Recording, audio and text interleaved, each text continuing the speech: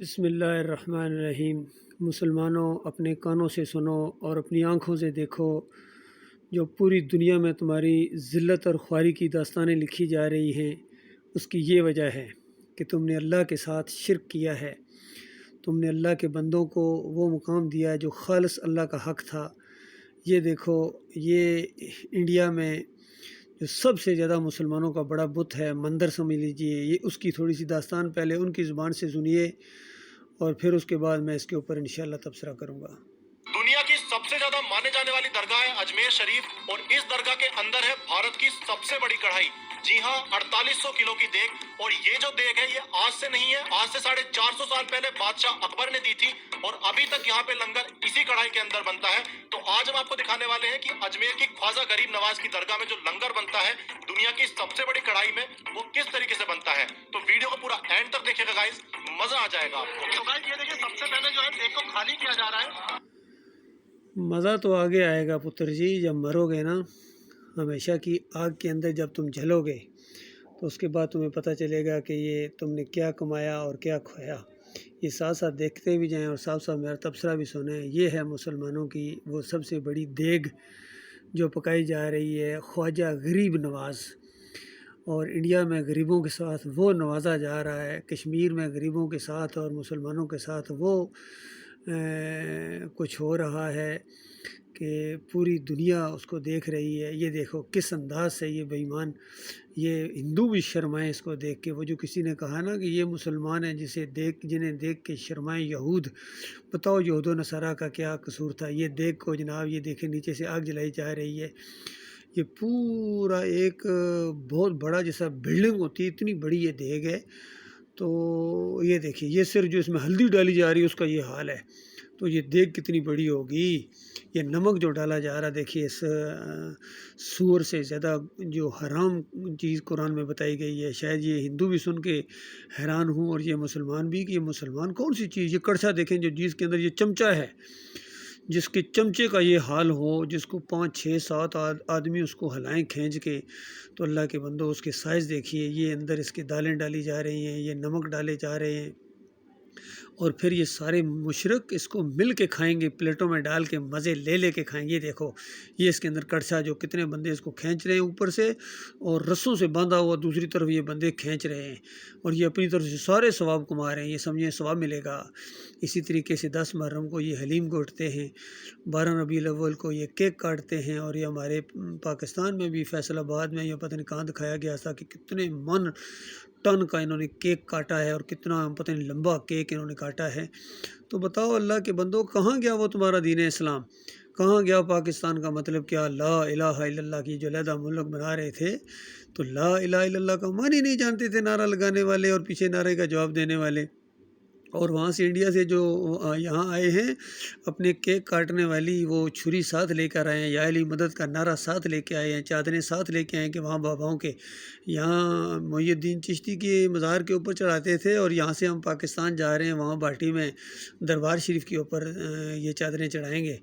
تو اللہ کے بندو، یہ ہے وہ ذلت اور خواری کی داستان مسلمانوں کی، جو صدیوں بیت گئی ہیں، کوئی ان کو منع کرنے والا نہیں ہے۔ تو ان کو جو ہر جگہ مار پڑ رہی ہے، یہودی ان کو مارتا ہے، عیسائی ان کو مارتا ہے، ہندو ان کو مارتا ہے، خود اپنے ان کو مارتے ہیں، اندر والے بھی مارتے ہیں اور باہر والے بھی مارتے ہیں، اور سب سے زیادہ ان غریبوں کو مار پڑ رہی ہے۔ بالکل یہ اصل مجرم یہ ہیں، یہ چڑھاوے چلاتے ہیں، عرس مناتے ہیں، یہ بریلوی ہیں، یہ دیوبندی ہیں، یہ اہل حدیث ہیں، یہ سلفی ہیں، ان کے مسلک ہیں۔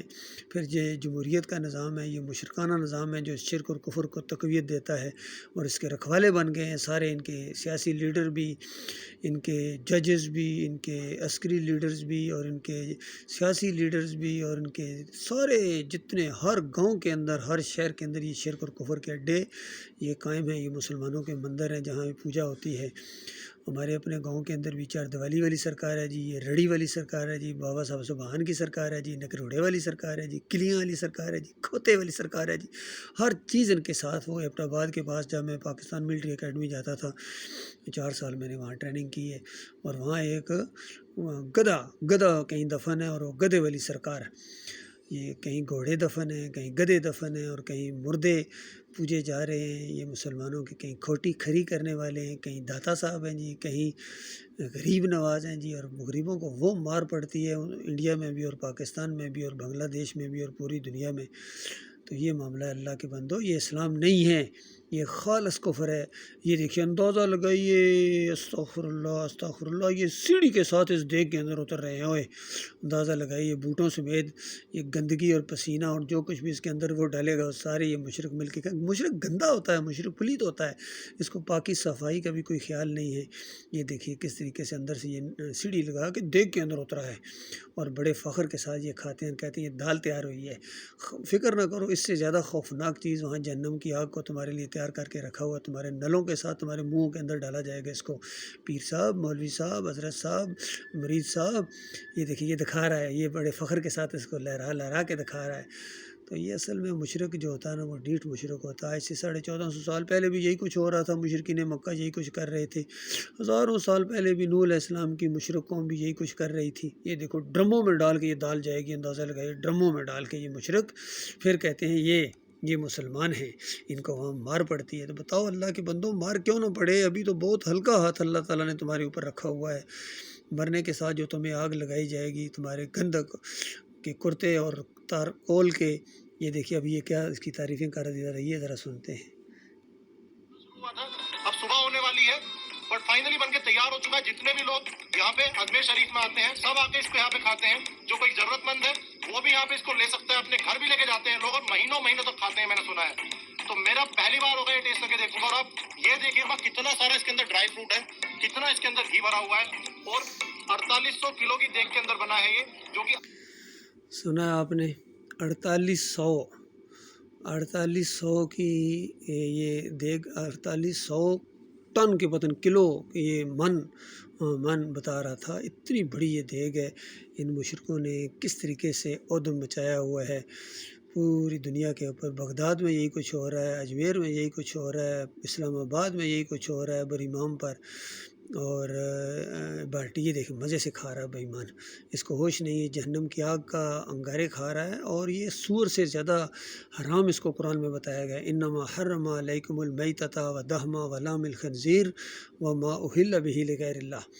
یہ غیر اللہ کی نظر و نیاز، یہ چاہے محرم کی شربت ہوں، وہاں کی وہ حلیم ہو، یا یہ جو دال ہو، یا یہ چڑھاوے ہوں، بر امام کے بکرے اور چھتڑے ہوں، یہ سارے کے سارے حرام، نجس اور سور کے گوشت سے زیادہ حرام اللہ تعالیٰ نے ان کو قرار دیا۔ اللہ کے بندو، یہ شرک ہے جس کی آج ہر جگہ طاہر القادری بھی اسی کی حمایت کر رہے ہیں، خادم حسین رضوی اسی کی حمایت کر رہے ہیں، اور سارے لگے ہوئے، کوئی اس کے خلاف آواز نہیں اٹھاتا ہے، نہ عمران خان آواز اٹھاتا ہے، نہ فضل الرحمان اٹھاتا ہے، کوئی بھی نہیں اٹھاتا ہے، نہ کوئی ہمارا جرنیل اٹھاتا ہے، سارے شرک کے رکھوالے ہیں۔ یہ دیکھیں، یہ عورتیں آ کے، بے شرم عورتیں یہاں آتی ہیں اور ناچتی ہیں اور گاتی ہیں۔ یہ دیکھو کس طرح اس کو سجایا ہوا ہے، ظاہری بات ہے جس طرح سامڑی نے بچھڑے کو سجایا ہوا تھا، اس طریقے سے یہ دیکھیں کس طریقے کیسا ایک ماحول تیار کیا ہوا ہے بے ایمانوں نے۔ تو کیوں نہیں جا کے عوام اپنا جا کے ایمان برباد کریں گے؟ یہ دیکھیے ہندو بھی دیکھ کے شرمائیں، یہ دیکھیے یہ مسلمان ہے، اندازہ لگاؤ ہے، اگر یہ مسلمان ہے تو پھر مشرک کس کو کہتے ہیں، کافر کس کو کہتے ہیں؟ اللہ کے بندوں، اللہ کی کتاب ان کو کافر کہتی ہے، اللہ کی کتاب ان کو مشرک کہتی ہے، اور جو اس کو مشرک نہ سمجھیں وہ بھی مشرک ہیں۔ اللہ کے بندو، یہ ایمان کا معاملہ، اس کو پہچاننے کی کوشش کرو، مانو گے اپنا بھلا کرو گے، نہیں مانو گے تو بیوی بچوں سمیت ہمیشہ کی آگ میں تم جلو گے۔